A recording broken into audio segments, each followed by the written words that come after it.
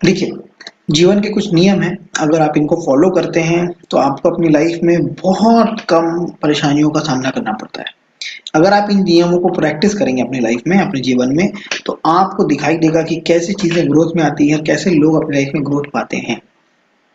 इन नियमों को अपनी लाइफ में साक्षात करेंगे आप, तब आप देखेंगे कि आपको ग्रोथ कैसे मिलता है। ये जेनरिक नियम है, ये सबके साथ लागू होता है, ठीक है। लेकिन इन नियमों को आपको साधना पड़ता है और ये बहुत इंपॉर्टेंट है।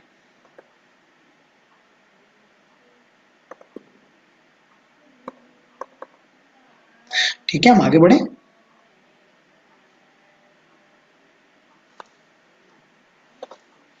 देखिए, भगवान से किसी काम को करने को ना मांगे। इसका कहने का मतलब है, कभी भी कहीं पर भी जाकर, कहीं पर भी मंदिर पर जाकर आप ये ना कहें कि भगवान मेरा ये काम कर दो। भगवान से किसी काम को करने के लिए कोई विश ना मांगे। ये वन लाइन स्टेटमेंट है, लेकिन ये बहुत गहरी स्टेटमेंट है और बहुत चीजों को देख करके, समझ करके मैं आपको एस्ट्रोलॉजिकली चीजों को बता रहा हूँ। कैसे कैसे हम अपने लाइफ में नेगेटिविटी इनवाइट करते हैं, कैसे हम अपनी लाइफ में चीजों को, गलत समय को इनवाइट करते हैं।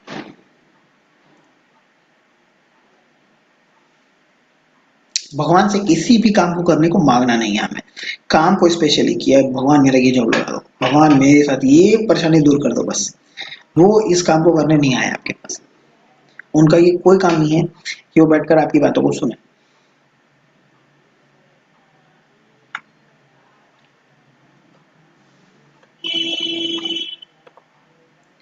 किसी काम के बारे में ज्यादा बात ना करें, वो काम नहीं होगा। आप मान लीजिए अपनी कंपनी स्टार्ट करने वाले हैं, आप अपना कोई फर्म स्टार्ट करने वाले हैं, आप कोई भी काम ऐसा है जो स्टार्ट करने वाले, आपको उस काम के बारे में प्रीलिम नहीं करना है। प्रीलिम मतलब क्या होता है, हम ना क्या करते हैं, मान लीजिए आप कोई काम स्टार्ट करने वाले हैं, आप किसी तरह का कोई ट्रिप प्लान कर रहे हैं या कुछ प्लान कर रहे हैं, आप उसके बारे में सबसे बातें कर रहे हैं, मैं ना ऐसे ऐसे सोच रही हूँ, ऐसा ऐसा सोच रहा हूँ करूंगा, और फिर यहाँ जाएंगे, वहां जाएंगे, ऐसे करेंगे, ये चीज ऐसे करेंगे, फिर वहां से रिटर्न ऐसे हो जाएंगे। ये बात आपने एक पर्सन से की, फिर दूसरे पर्सन से की, फिर अपने घर वालों से की। वो काम नहीं होगा। उसमें ऐसा अड़चन आएगा कि वो चीजें किसी भी कीमत पर फॉलो नहीं होगी। याद रखिएगा, जब हम कोई बात बोल रहे होते हैं, तो हम उस घटना के बारे में जितना सोच रहे हैं, उस घटना को जितना जी रहे हैं, उसकी फीलिंग को, हमारा बॉडी और माइंड जब एक साथ सिंक्रोनाइज हो जाता है तो वो इवेंट हो जाता है। इसी को मैनिफेस्टेशन बोलते हैं। इसी को सारी चीजें बोली जाती हैं, जितने भी मैनिफेस्टेशन कोर्स हैं या चीजें हैं, वो इसी से निकले हैं। कि जब भी आपका बॉडी और आपका माइंड एक साथ सिंक्रोनाइज हो जाता है और आप बातों को, उस घटना को फील कर लेते हैं, जो घटना आप करने जा रहे हैं, तो वो घटना हो चुकी होती है, मतलब वो हो गई है घटना, अब वो दोबारा नहीं होगी। जो घटना आपके भाग्य में है, होनी है, लेकिन वो घटना हो गई, तब वो दोबारा नहीं होगी। उसको प्री लिविंग कहते हैं, कि आपने उस चीज को पहले ही लिव कर लिया, तो वो नहीं होगी। इसलिए कहा जाता है कि किसी भी काम के बारे में ज्यादा बात ना करें, वो काम नहीं होगा। अपने अंदर रखना है उस बात को, उस काम को अपने अंदर रखना है। आपसे कोई पूछता है आगे से आकर, तो आप बता सकते हैं।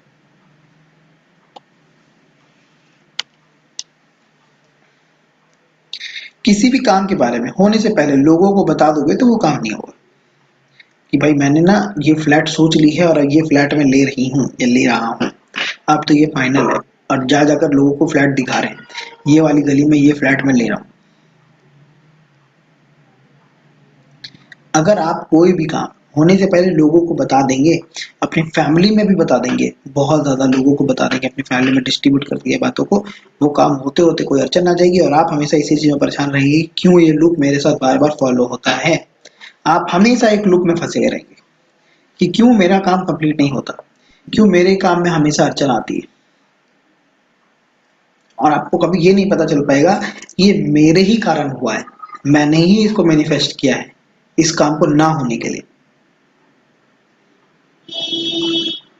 कई बार पता है क्या होता है, मेरे पास जो लोग आते हैं, मैं उनको प्रीलिम करवा देता हूँ, भाई तुम तो अभी इस एग्जाम में फेल होने वाले हो।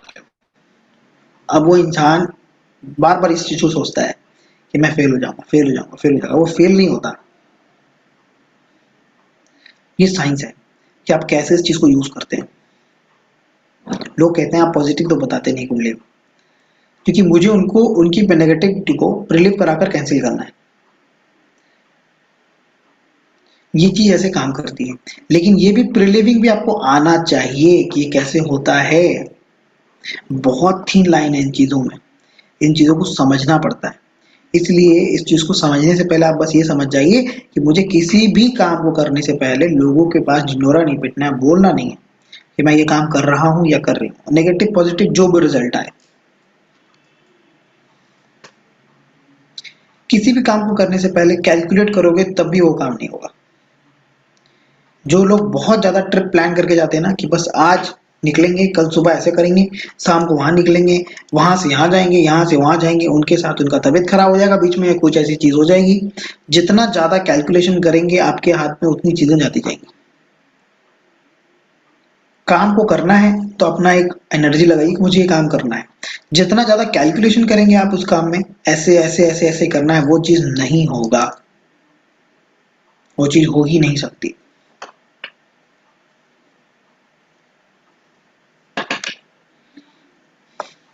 कभी भी कोई प्लान बनाकर खुश नहीं होना है। अगर आप कोई भी प्लान बनाकर खुश हो जाते हैं, हैप्पी हो जाते हैं, तो वो काम ऐसे भी नहीं होती। जैसे कि एक स्टोरी से समझिए कि एक ससुराल है, वहां पर एक दामाद जी गए और अपने दोस्त को लेकर के गए। और दामाद जी बैठे हैं, उनके पास बहुत सारा खाना आ गया, खाना खाने लगे। दामाद जी मुंह बनाकर रखे, भाई उनका मुंह बना हुआ है। अब सभी को लग रहा है कि दामाद जी को खाना पसंद नहीं आया। ठीक है, वहां पर सबको ये लग रहा है पसंद नहीं आया। सभी लोग कह रहे हैं भाई रसमलाई लेके आओ, जलेबियां लेके आओ और सारी चीज लेके आओ, कि दामाद जी खुश नहीं हो रहे। अब उनके पास बहुत सारी चीजें आ जाएंगी, लेकिन दामाद जी फिर भी मुंह बनाकर रखे, खाना खा लिया। अब जब दामाद जी जा रहे हैं, जाते जाते फिर भी दामाद जी अपना मुंह बना रखे, हंस नहीं रहे, खुशी नहीं दिखा रहे। अब उनके पास जाते जाते उनकी सास ने उनको अच्छा सा लिफाफा भी दिया। अब मोटा सा लिफाफा मिला उनको, फिर भी वो खुशी नहीं दिखा रहे। अब उनके साथ साथ जाते जाते झोले में और सामान मिलता उनको। ये सच्चाई है। आप जितना ज्यादा खुश होते हैं ना, आप अंदर से खुश हैं, कोई दिक्कत नहीं है, लेकिन अपनी खुशी को ना बहुत ज्यादा अगर आप दिखाते हैं, आप जितना भी किसी काम को होने से पहले एडवांस में हैप्पीनेस दिखा देंगे, वो काम नहीं होता। और लाइफ आपको तब तक चीजें देती रहेंगी। हैप्पीनेस होना बहुत सही है, लेकिन जहां पर हम एक्स्ट्रा खुश हो जाते हैं ना, हम सेल्फ इंप्रेस्ड हो जाते हैं, वहां से प्रॉब्लम स्टार्ट हो जाती है। एकदम अड़ियल सड़ियल नहीं रहना चाहिए, लेकिन डोंट बी ओवर एक्साइटेड। ठीक है, देखिए बातें जितनी हो गुप्त रखें, पूछे जाने पर ही बोलें। आपके प्लान्स, आपके एक्शंस, आपका प्रॉपर्टी, आपका धन हमेशा गुप्त रहना चाहिए।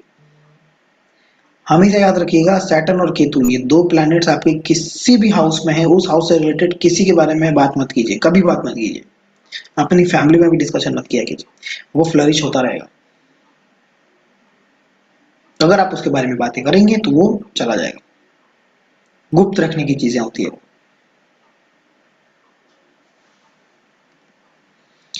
बड़ी बातें और घमंड में बोली हुई बात का नेगेटिव इफेक्ट होगा ही। हमेशा याद रखिएगा कि जब भी कोई इंसान बात करता है कि हम अभी 20 लाख रुपए की गाड़ी लेने वाले, 50 लाख रुपए की गाड़ी लेने वाले, ठीक है, हर इंसान जब बोल रहा होता है वो अपने 10% जो एक्चुअल में है उससे बढ़ा करके बात करता है। हमेशा कोई भी इंसान अगर कह रहा है कि हम अभी 1 करोड़ का काम करने वाले हैं, तो एट प्रेजेंट उनके पास अभी 10 लाख रुपए है। नोटिस कर लीजिएगा, 10 गुना लोग बढ़ा करके प्लान करते हैं। जब जब हम किसी चीज को इमेजिनेशन करते हैं तो 10 गुना बढ़ा करके करते हैं। तो जब भी हम घमंड में बात करते हैं या बड़ी बातें करते हैं, तब उसमें नेगेटिव इफेक्ट आएगा ही आएगा।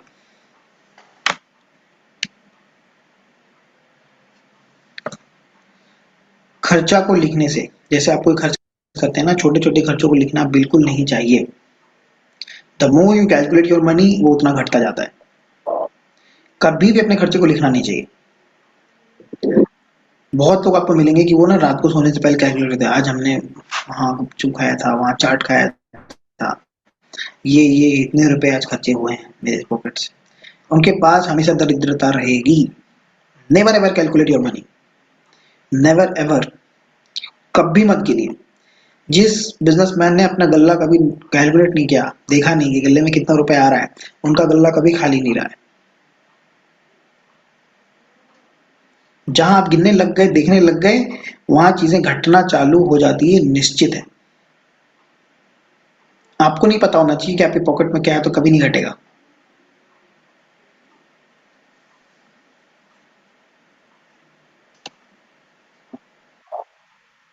मनी को काउंट ना करें बार बार, आपके धन में कितना निकल रहा है, आ रहा है, बार बार काउंट ना करें। उसका मतलब यही है कि कभी भी पैसे को बार बार नहीं देखना, बार बार काउंट नहीं करना। मैंने अपने पूरे करियर में, जब मैं एस्ट्रोलॉजी में नहीं था, फिर भी मैंने आज तक कभी भी पैसे काउंट नहीं किए। मुझे काउंट करना आता ही नहीं। सच्चाई यही है। जितने भी लोगों ने मुझे पैसे दिए, मैं आज तक कभी कैलकुलेट नहीं किया, देखा ही नहीं कभी किसी ने कितने दिए, कम दिए, ज्यादा दिए। आपको इस चीज में विश्वास होना चाहिए, जो आपका पैसा है वो आपके पास आएगा, और जो आपका नहीं है कोई लेकर के चला जाएगा।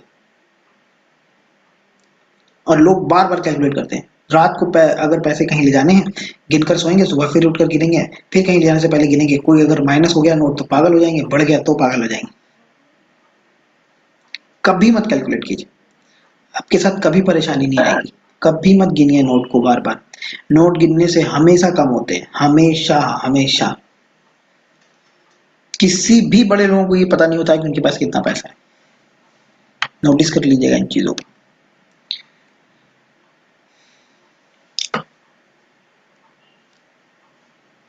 अपनी कमाई में भगवान के नाम का मत रखिए।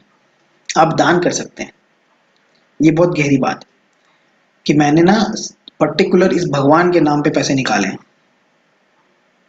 कि मैंने इस आइडियल के नाम पे इतने पैसे निकाले हैं। वो नहीं कर सकते आप।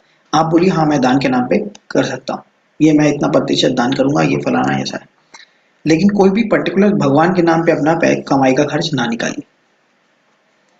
इसके पीछे बहुत गहरा रीजन है। काम के होने से पहले पार्टी करेंगे ऐसा ना सोचें। अगर आप ऐसा सोच लेते हैं तो काम नहीं होगा। आप अगर सोचेंगे कि हम ना अभी एक नया घर लेते हैं और गृह प्रवेश ऐसा करेंगे, वैसा करेंगे, इतने लोगों को बुलाएंगे, ऐसी पार्टी करेंगे, वहां पर ऐसे खाने लगाएंगे, ऐसा स्टेज बनाएंगे, ऐसा करेंगे, वैसा करेंगे, आप देखेंगे कि गृह प्रवेश आते आते बहुत बड़ी परेशानी आ गई और छोटा सा पूजा करके आप अंदर जा रहे हैं। मैं एग्जाम्पल बता रहा हूँ। कभी भी काम के होने से पहले उस पार्टी के बारे में मत सोचिए जो पार्टी आपको काम के होने के बाद करनी है। कभी नहीं सोचना है। जो लोग किसी की शादी में डांस करने में बहुत ज्यादा सोचते हैं ना कि मैं ऐसे डांस करूंगा या करूंगी, लोग मुझे देखेंगे, ऐसे कपड़े होंगे, वैसे कपड़े होंगे, ठीक डांस से पहले उनके पैर में मोच आ जाती है, परेशानी आ जाती है, कपड़े सेलेक्ट नहीं होते, ऐसी होती है, वैसी होती है। आप अपना प्रिपरेशन कीजिए। आप रिजल्ट में जहां फंसते हैं, आपका वो काम नेगेटिव होना ही होना है।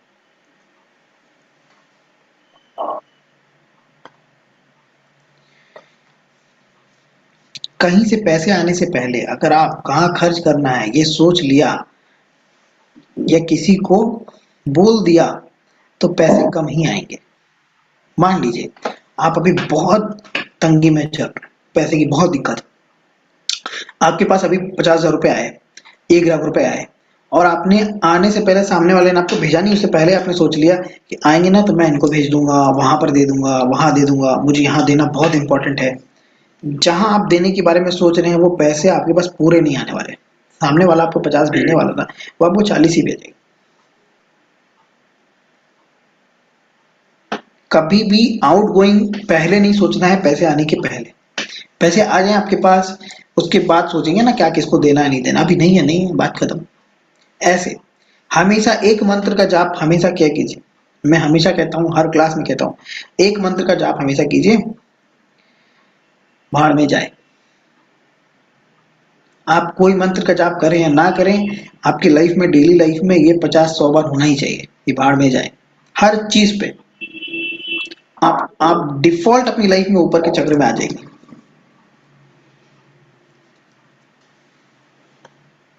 इसको प्रैक्टिस करके देखिए।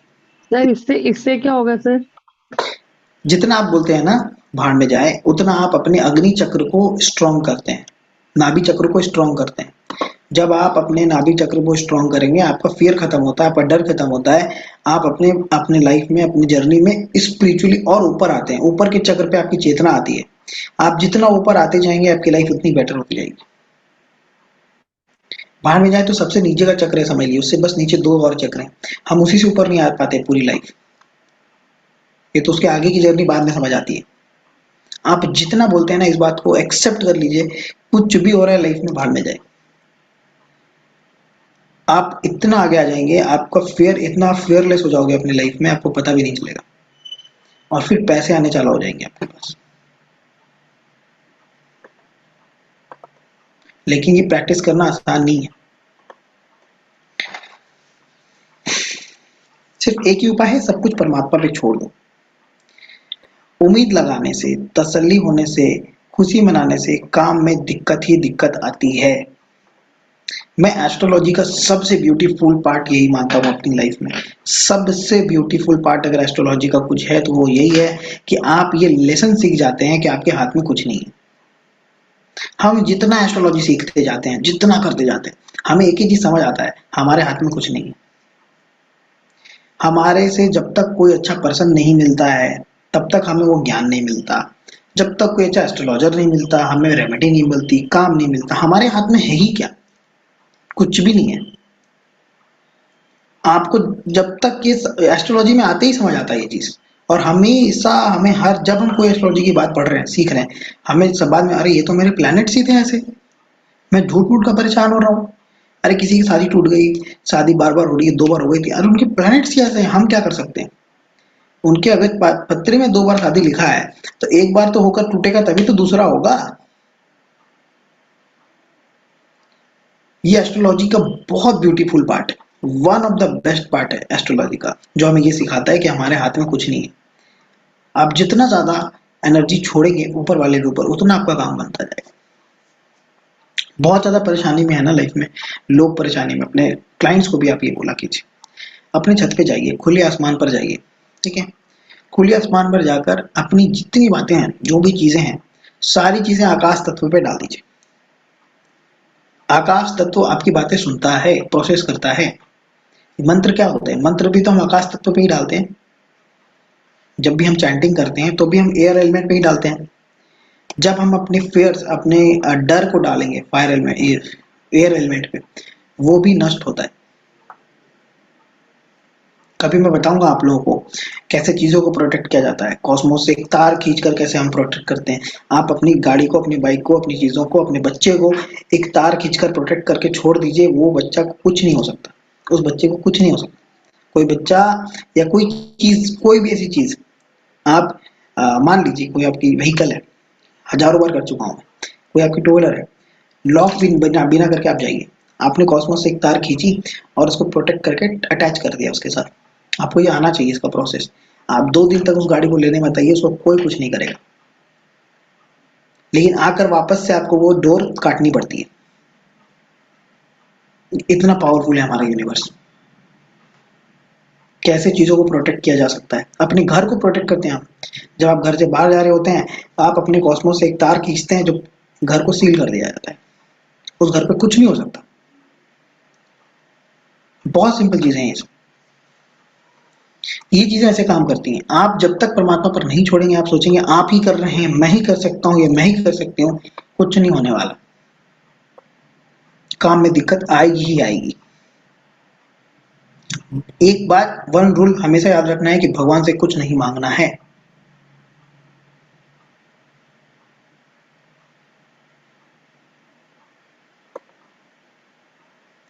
कभी भी कोई प्लान नहीं बनाना चाहिए कि मैं अपनी लाइफ को ना ऐसे प्लान वाइज सक्सेसफुल बनाऊंगा, बनाऊंगी।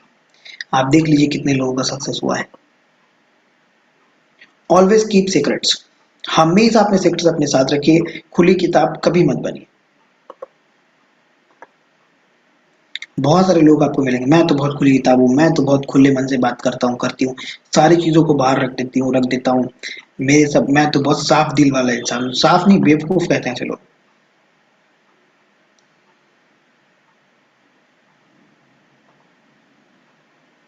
ठीक है, अपनी लाइफ में कभी सेट टारगेट नहीं रखना चाहिए। आप कभी टारगेट अचीव नहीं कर पाएंगे जब तक आपने सेट टारगेट रखा है। आपको सिर्फ चलना आना चाहिए।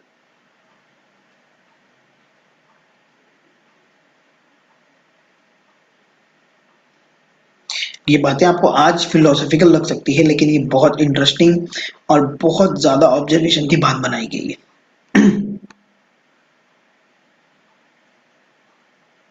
कभी भी अपनी प्रॉपर्टी को गिनना नहीं है, कैलकुलेट नहीं करना है कि मेरे पास इतनी प्रॉपर्टीज हो गई है, ये घर हो गया, ये गाड़ी हो गया, कुल मिला के मेरे पास इतनी प्रॉपर्टी हो गई, ये सब कभी नहीं करना चाहिए, कभी भी नहीं।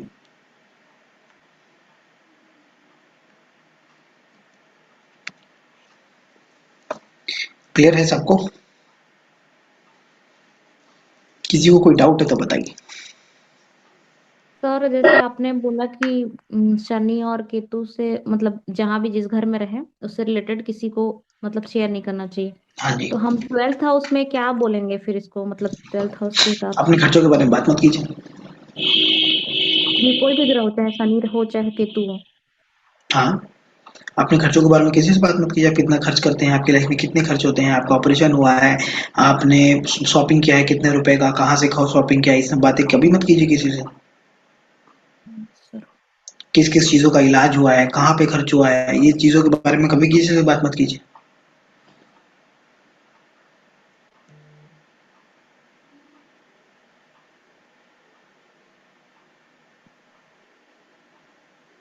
हाँ उसके जी, ये कारक सही तत्वों सही के बोल बारे रहे में हैं बात सर। ये नहीं करना है। कभी भी शेयर करते हैं किसी से वो तो नहीं होता है, ये तो पक्की बात है। ये तो आप एकदम सही बोल रहे हो, ये तो सबके लिए लागू होता है कि कुछ चीज ज्यादा शेयर कर करना ही नहीं देते है, हैं फिर वो नहीं होता। बिल्कुल नहीं करना है। इन बातों को अगर आपने लागू कर लिया, मैसिव चेंज देखेंगे आप 3 महीने में अपनी लाइफ में। आप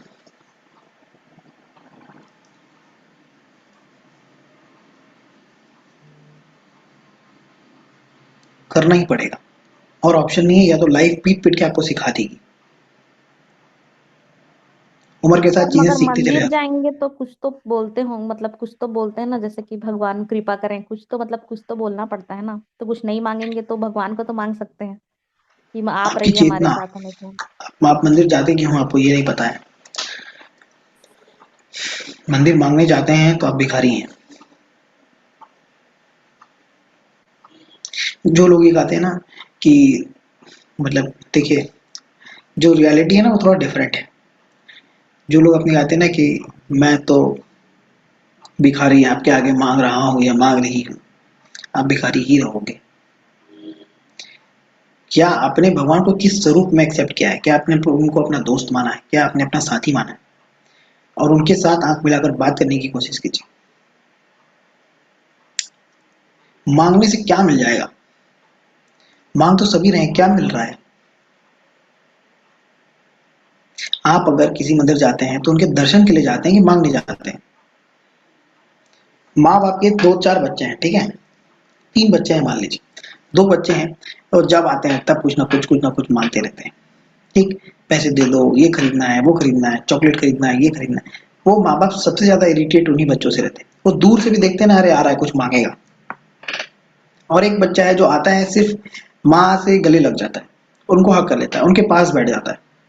तो जब माँ के पास वो तीनों बच्चों में वो 2 बच्चे जो मांगने आ रहे हैं, वो आएंगे तो उनको कैसा फील होगा? देंगे वो तीनों को, मांगने वालों को भी मिलता है, ठीक है, लेकिन आप बताइए उनकी करुणा किस पे ज्यादा रहेगी? जो नहीं मांग रहा है ना, उनको लगेगा ये मेरे पास प्यार के लिए आ रहा है, इसको तो किसी चीज की कमी होनी ही नहीं चाहिए, इसका स्पेशल ध्यान मैं रखूंगी, मेरे पास जो है ना इसके लिए है। और ये लोग तो मांगते ही रहते हैं, पूरी जिंदगी मांगते हैं।